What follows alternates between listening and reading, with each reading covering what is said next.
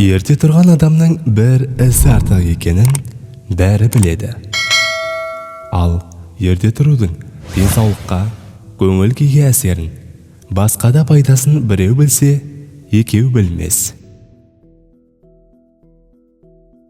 Жалпы, адам таңертең нешеде тұру керек? Кеш оянса не болады? Ерте тұрудың пайдасы қандай? Осы сұрақтарға мамандармен бірге жауап іздеп көрейік.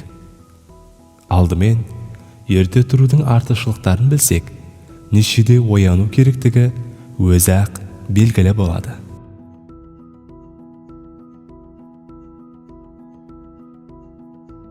Жұмыс өнімді болады. Бір күнде 24 сағат бар. Оның 8 сағаты ұйқыға кетсе, қалған 12 сағатта үйдің де, түздің де тірлігіне үлгеріп, басқа да мәселелерді шешіп, тіпті жақын адамдар той жиынына барып, үлгеруіңіз қажет. Десек те, бәріне үлгеретіндер аз. Өйткені, өмір болған соң, аяқ астынан күтпеген мәселе туындайды. Адам ауырады, тағы басқа. Әр күні адамның жоспарлағандай бола бермейді. Сондықтан да күні бойы күнделікті қайталанатын шаруалармен айналысып, өзіне, отбасылық мәселелеріне, денсаулығы мен көңіл күйіне, тұлғалық дамуына уақыт таба алмай қалатындар көп. Ал уақыт тауып жүретіндердің күн тәртібіне үңілсек, олар таңғы немесе түнгі 2 сағатын өзіне арнайды екен. Иә, ешкім мазаламайтын, ой тыныш болатын 2 сағатта көп нәрсе тындыруға болады. Бірақ қай уақыт тиімді? Таңғы, әлде түнгі? Психологтар өз сағатым үшін таңғы уақыт тиімді дейді. Себебі түнде адамның ағзасы ұйқыға дайындалып, маужырайды екен. Сондықтан да түнде істеймін деп, таңертең 2-3 сағат артық ұйықтағаныңызбен, бәрібір түнде қолыңызға жұмысқа бармай, өзіңізді өзіңіз қинайсыз. Қарапайым мысал, күнде 10-15 минутты дене жаттығуларына арнауды жоспарладыңыз делік. Таңертең жаттығу жасау оңай, ал кешкі тамақтан соң зауқыңыз соқпай, қиналып жасайсыз. Немесе күнде оны ертеңге қалдыра бересіз. Күндіз атқарған жұмыс пен түнде істелетін жұмысты салыстыру осыған ұқсайды. Күндізгі жұмыс бәрібір әлде қайда өнімді болады. Өйткені күндіз тәнде ойда сергек, ояу болады. Бұл жөнінде даналарымыз таңда береке бар деп түсіндірсе, қасиетті Құранда сендерге түнді жамылғы, ұйқыны тынығу, күндізді еңбектену мерзімі етіп жаратқан Алла. Фурқан сүресі 25 аят деп ескерткен. Күндізгі уақыттың өнімділігі ғылыми тұрғыда да әбден зерттеліп, дәлелденген. Олай болса, түнгі 2 сағатты таңғы уақытқа ауыстырыңыз. Яғни 2 сағат ерте жатып, 2 сағат ерте ояну тәртібіне өзгертіңіз. Мысалы, таңертең сағат 8-де оянып жүрсеңіз, бұдан былай 6-да тұрыңыз. Тәжірибе ретінде бір ай ұйқы режимін осылай өзгертіп көрсеңіз, әдеттегіден көп тірлік тындыра бастағаныңызды өзіңізде таңғаласыз.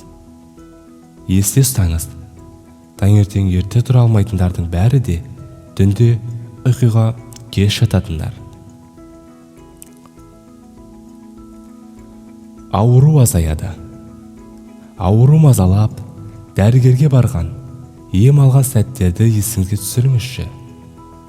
Ем жазып берген терапевт те, тіпті операция жасаған хирург те медициналық кеңесіне ұйқыңыз дұрыс болсын дегенді қоса айтады.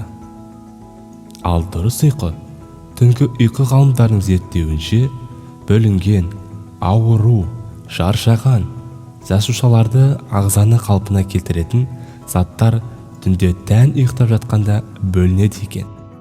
Иә, ол пайдалы дәру заттарды гормондар бөледі. Сондай-ақ ағзаға қажетті гормондар түнгі сағат 22 мен 2 арасында белсенді бөлінеді екен. Гормондар бөлінетін заттардың орны дәрілермен толтыра алмайсыз. Сондықтан да ағзаның саулығы үшін түнгі ұйқы өте маңызды. Ал түнде уақытылы ұйықтау үшін, күндізгі барлық шаруаға үлгеру үшін таңертең ерте тұру керек. Кеш жату мен кеш оянудың иммунитетке кері әсері бар екен.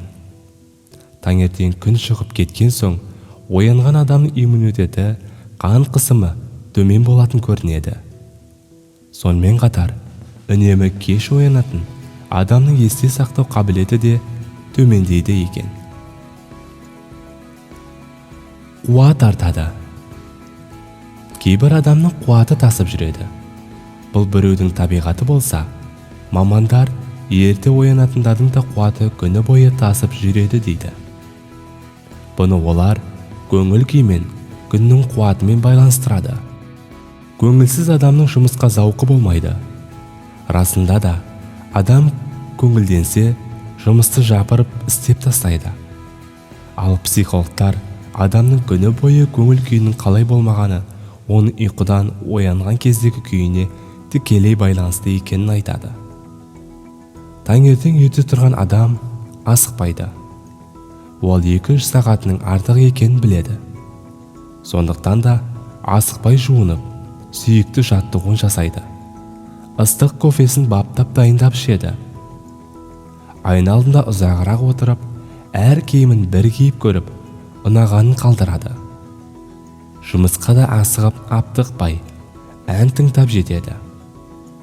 Өзгелер шашын тарағанмен, кофесін іше алмай, аяқ киімін кигенмен, оны сүртіп үлгермей, сүрініп қабынып, сағатына қайта-қайта қарап, көлік кептелісіне бір ашуланып, аяғын басып кеткен адамға 2 ашуланып, жолда келе жатқанда ерте тұрған қызметкер жұмысын бастап кетеді.